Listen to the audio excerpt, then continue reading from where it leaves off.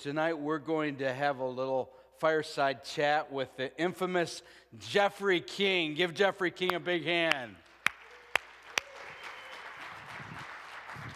How's it going, Jeff? Good. How are you? This is awkward. I like this. Yeah, we Thanks. shouldn't have done that. Social Thanks. distance, my friend. 6 feet. Jeff is a great friend of mine and an incredible minister to comfy down there, buddy. You want me to throw another log in there? I don't know if we've got time for that. All right. Well, if you get cold, let me know and I'll put another log on for you. I'm feeling good, but thank you. All right. Jeff, introduce your family to us before you get into your story and introduce us to you for those that don't know you. Okay. And all of our viewers online. I think there's millions. That's millions. Share and it right millions. now for me. Would you share it? Maybe And, billions. Maybe. Maybe. I'm Jeff King. I'm a 40-year-old male, married to my wife, Corinne, who is 38, and we have been married. You're old. It's okay. And we have been married for 14 years. We have 5 children, 3 boys, 2 girls. We have a 12-year-old, a 9-year-old, a 7-year-old. Those are the boys. Jeffrey, Jerry, and Jacob. And then we have 2 beautiful daughters, Rinna, who is 5, and Eliana, who is 2. And that's our family. Great.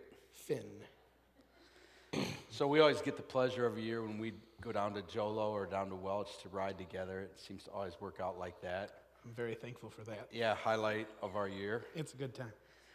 What happens in the van stays in the van, right? Absolutely. Okay. But a couple years ago, as we were riding with the guys, we all took time, we got 8 hours in the car to just share our story. And I'd never heard yours. And so when we were talking about doing stories by the fireside, I'm like, we got to ask Jeff. And so share a little bit about your Christmas story, how Christ came into your life and how your journey got here. Okay.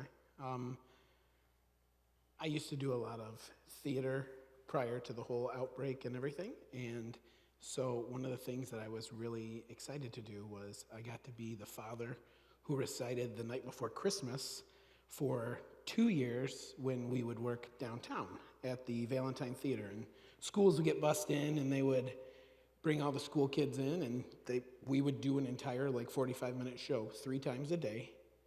And then they would go home and that would be it. I would go to my job at the grocery store and just went on. And Can I ask a silly question?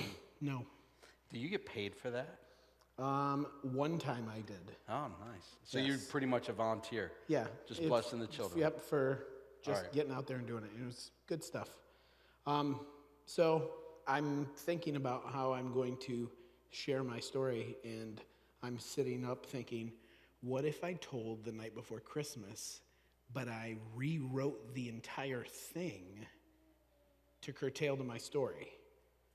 So I'm thinking about it and sitting down with about 5 sheets of paper and the actual night before Christmas, and I sat down and wrote in about 3 hours what I think is a halfway decent version that matches the story and what my actual story is. So I wrote it out. Are you going to read it? I will read it. All right. So if you have your hot cocoa. No? Okay. Guess not. That's okay.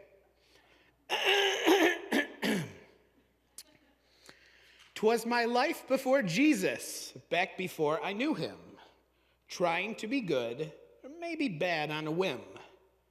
Firstborn in a family with children of 3, a father, a mother, twin sisters, and me.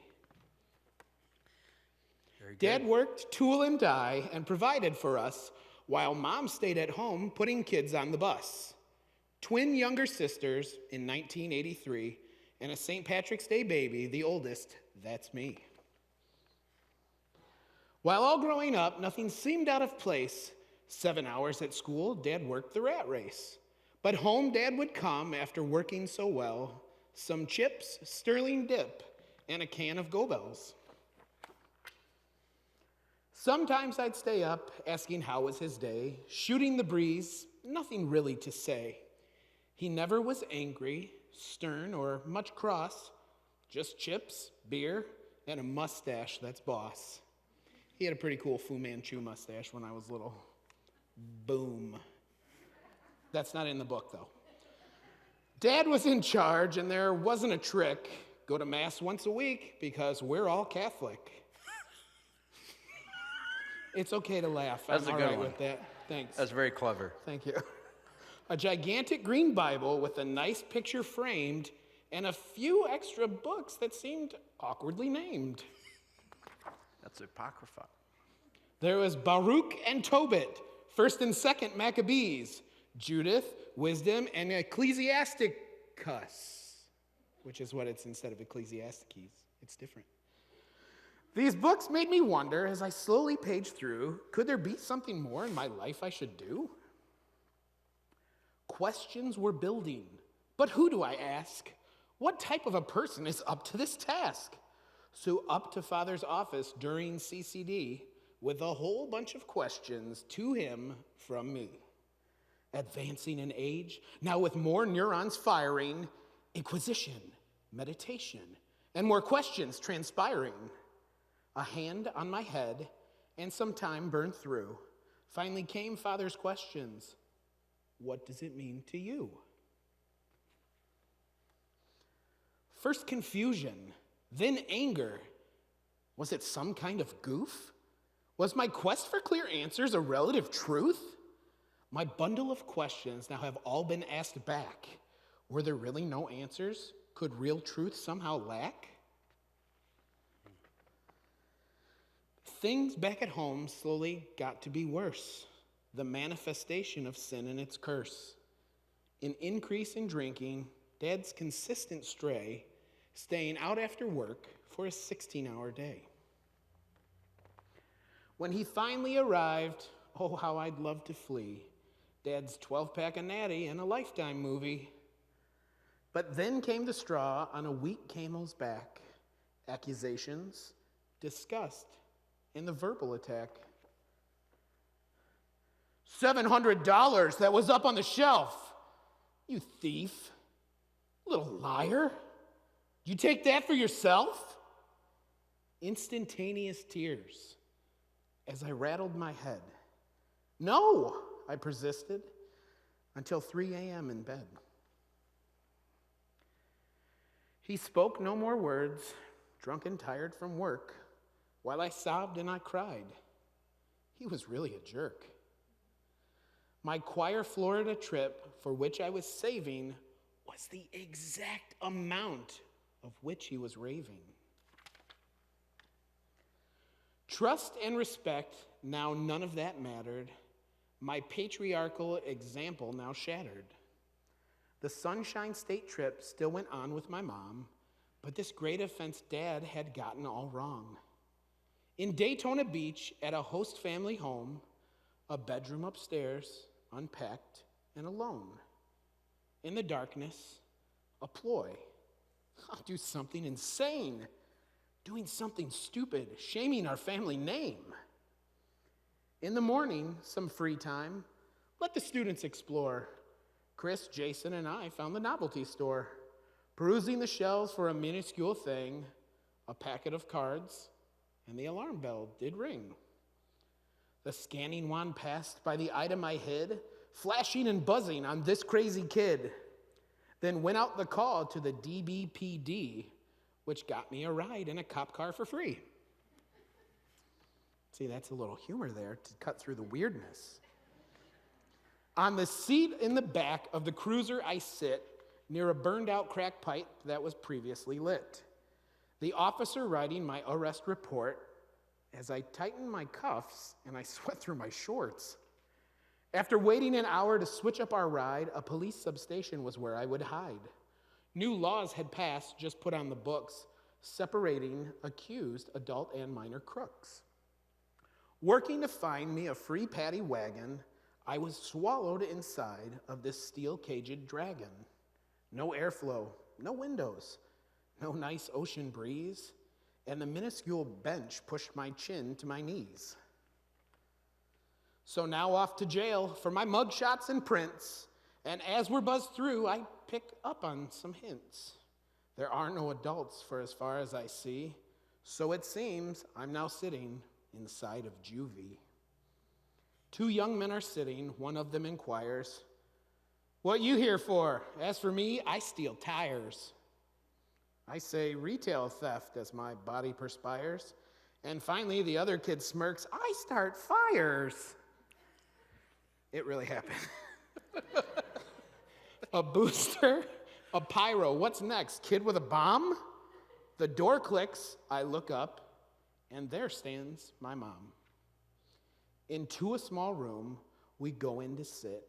Leaning in, she inquires, "Was it worth it?" Knowing the outcome of an ill-advised choice, recessed in my brain is this phrase in her voice. Picked up by my mother and school choir teacher, sent home from the trip, no more musical features. Suspended a week and a lot more suspense, worried more about mom's than my dad's consequence. As I sit home, quiet, mom comes in and sits near. Clearing her voice, I lend her an ear. "The money your dad thinks you actually took may have been trashed by me, but I didn't look. I was cleaning the cupboard, throwing out all the trash. As I scooped up the papers, there might have been cash." Dumbfounded and silent, devoid of all hope, the truth, it came out. Did I take the cash? Nope. From that point and on, I hadn't a care. I did what I wanted with panache and flair.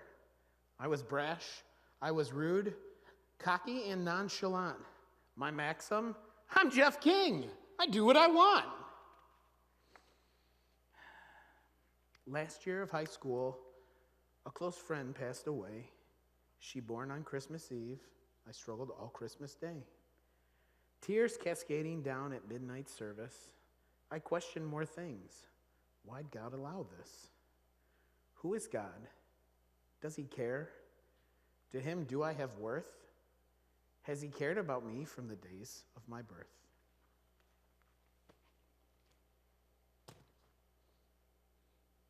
So that was kind of the story up into that. And the Christmas time hits, and I struggle a lot in just maintaining composure, just in singing Christmas carols.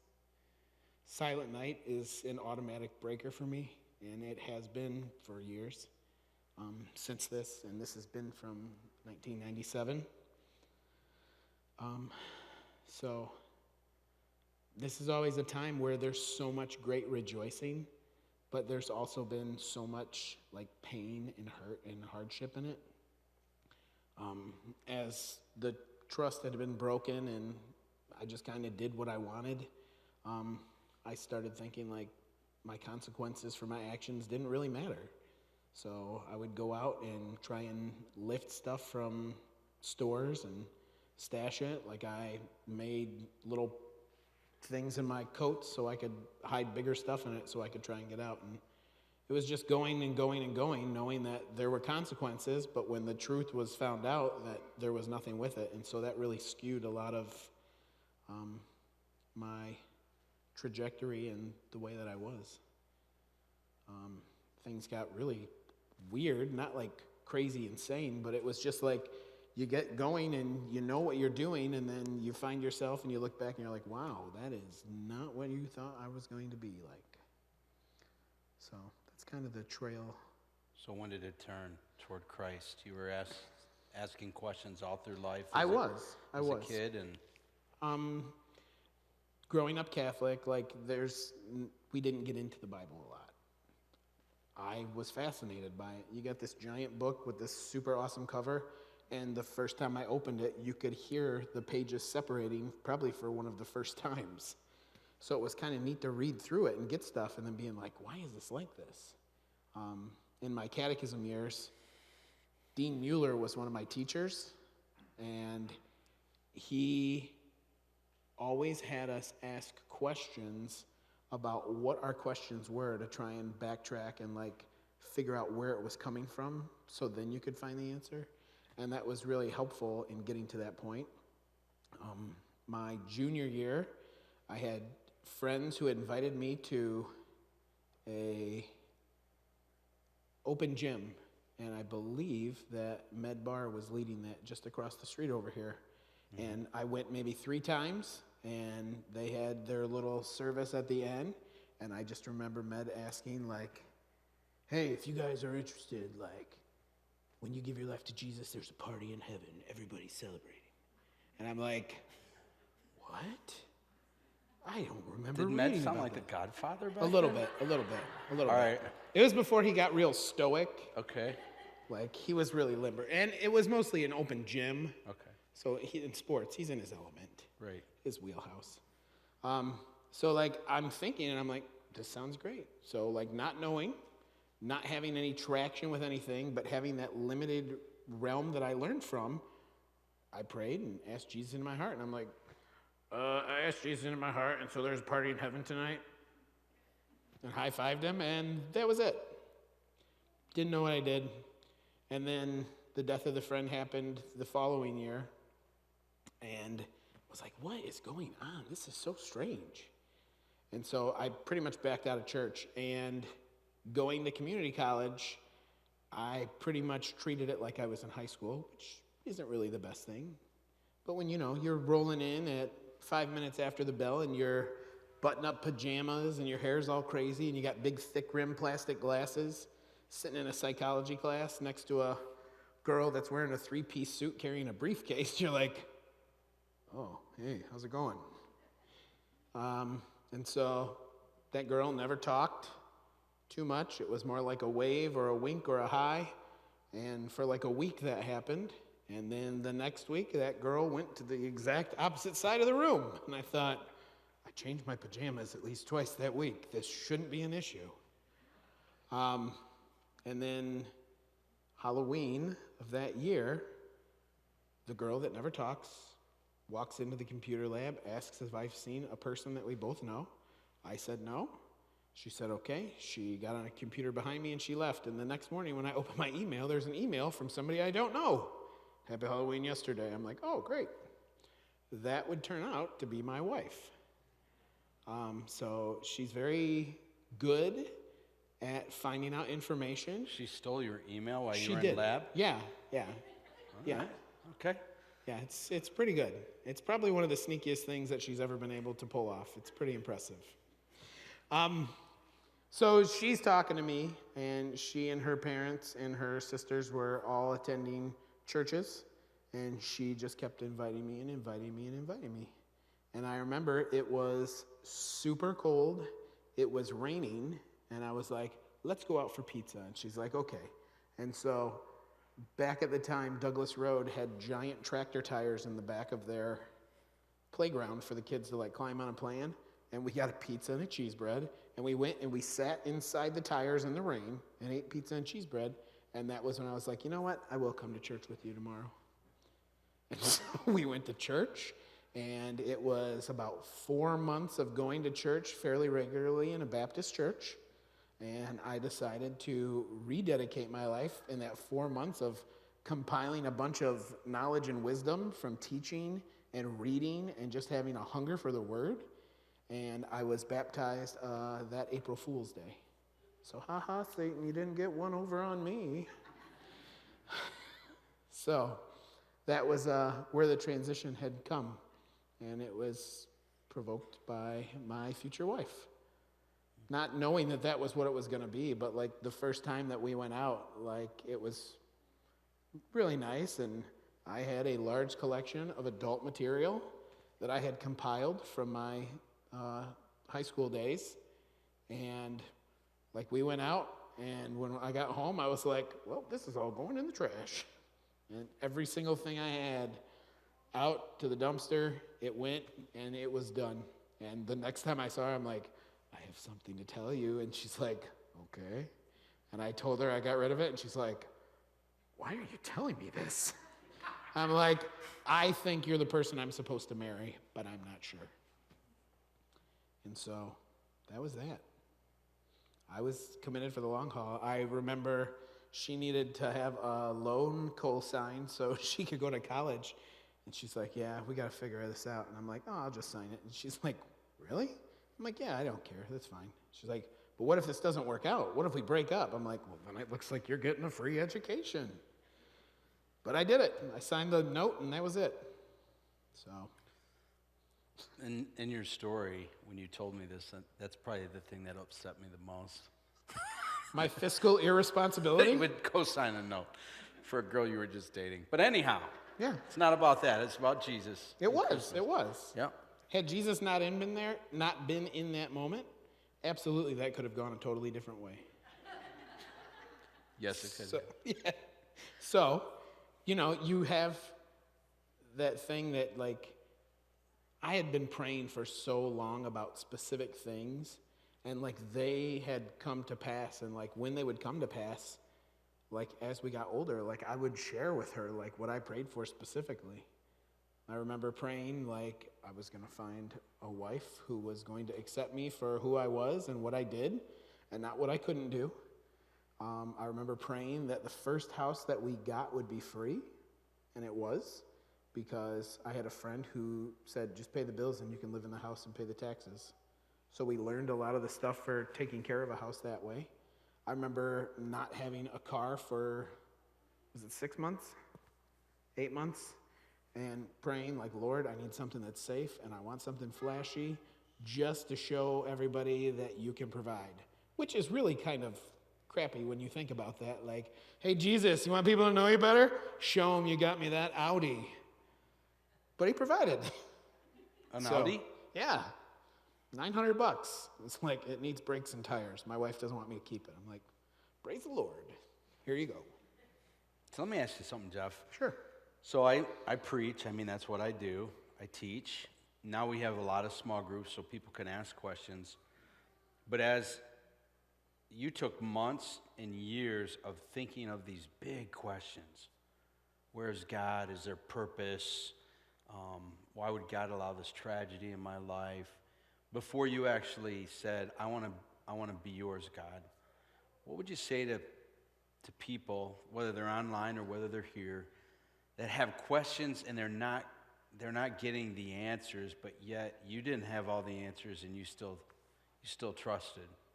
Do you have any words of wisdom or advice? I'm no one to give great advice, but I can tell you from my experience that if you have a question and you are earnest in seeking the answer, that you will find somebody who has that answer for you. And don't just go to one person and ask that question and look for the answer, and then when they give it, be like, oh, that's it. Because we know that when you seek the counsel of many, that wisdom will show up. And so, if you have that question, that burning desire to know more, and whether or not you think it's a goofy question, whether or not it's something that you've covered multiple times and you just can't get a grasp of, like, you still need to ask that question.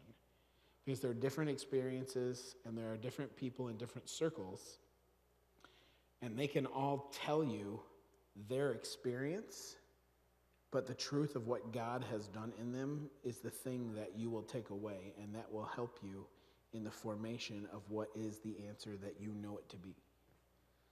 So it's not like when you ask a question, like somebody's giving you their opinion, you're like, oh, that's great. Like, they can give you that, but you also need to, like, get into Scripture and just start looking at stuff. I mean, if you're asking about, like, pain and suffering, find the instances where pain and suffering is. I mean, if you see someone in pain or in suffering, try and go to comfort them so you can understand it from that aspect. A lot of people just look and they're like, I want the answer. Google, what is pain and suffering related to the Bible, and how did Jesus teach about it? And then you wait for an answer that way. You're just doing it to do it at that point. If you're really earnest about it, you're going to go out and you're going to seek out an answer, as opposed to asking something topically and then being like, oh, that's really good. Yeah, I prefer that answer over the other guys. I like what you said. So that would be what I would say. Just seek counsel in many and look for the wisdom for where things are consistently brought up, and maybe a larger point. So here at Compelled, you minister in a couple different ministries, but most well known for is our kids ministry. And a couple years ago when we had VBS, how many remember VBS? We're having it again, okay? Killed me to cancel VBS last year, but we had it online. We didn't really cancel it. Somebody said to me, where does he get all his energy? Now's the time for you to answer that publicly. Where do you get all that energy? I wrote the recipe down. There's no recipe. I don't know. When it's you're not ministering for me. to the kids, you're all in. You're 100%. You're very effective. You connect with children. You connect with youth. I remember when we were in Welch and I was going to Count Gilu. That was the name of the motel we stayed at. The best in Welch. Yeah. And I pull up and I hear all this laughing and all the youth are out there and you're like the Pied Piper and they're all surrounding you and you're just all in and you're giving them attention. And as a pastor shepherd who believes that every one of us are ministers, every one of us have something to give, something to share. I'm not the only pastor. Rick is not the only pastor. Pastor Med's not the only. We want everybody to be a minister of the gospel. That means a lot to me. That everything you do it with all your heart and you connect. And my kids love you, and they're not kids. They're not children. They're adults. They are adults. And thank you. Yeah, you're welcome. I mean, just whenever you get an opportunity, like one of the things that I have learned from going from my Catholic background to my Baptist background to coming to Compelled and being in the Assemblies of God, you're a cup. And in your cup, there is as much or as little as you think there is. And so if you find people who pour into your cup, you don't need to be a pig and just drink it all and leave it empty. The moment you get something in your cup, take it and pour it into somebody else's. Not everybody is going to want what you have to pour out, and that's okay. The willingness that you have to share what you've been given is what you should use when you serve. So if I'm seeing kids that look sad, I'll sit down and we'll play Legos or color, and we don't even have to have that one-on-one, direct, intense adult eye contact. We can color and be like, I like orange. Why do you like orange? I don't like orange. I like pink. Oh, really? Why is that? And just invest. I mean, that's what you need, is that investment. Appreciate it, man. You got it. Woody and I love your family. Love you. And you're a really, really good wood carver, too. You're got to make some time for that. We're going to get some bark. Of life. We're going to get some bark, absolutely. Thanks for sharing. Thanks for having me. Means a lot. I Can you appreciate guys it. just thank Jeff?